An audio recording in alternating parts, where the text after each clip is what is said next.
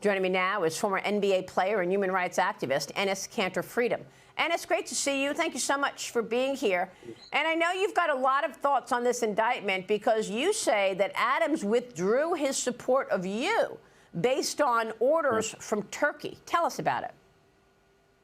You know, first of all, thank you for having me. And I was reading the indictment, and it was mind-blowing.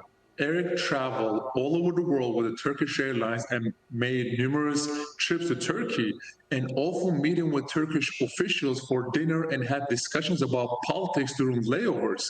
You know, as you know, I am considered top public enemy of dictator Erdogan, and there are thousands of Turkish Americans, people in the U.S., especially in New York, who have escaped Erdogan's dictatorship and persecution. You know, at one meeting, a Turkish official warned Adams to steer clear of a major Turkish American grassroots organizations in New York because they oppose Erdogan, because they stand with human rights and democracy in Turkey. And Eric promptly distanced himself from that organization. So me and Eric actually met in Greece for some award show.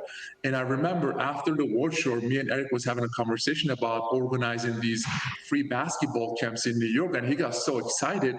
I remember he was telling me about, hey, whenever you go back to New York, let me know, call me as soon as possible so we can start this the whole free basketball camp for kids. I was like, fine. I remember he posted a picture on his Twitter account. And then after that, I called my Turkish friends in New York. They said, well, don't get your hopes up because we've been trying to reach out to him since 2016.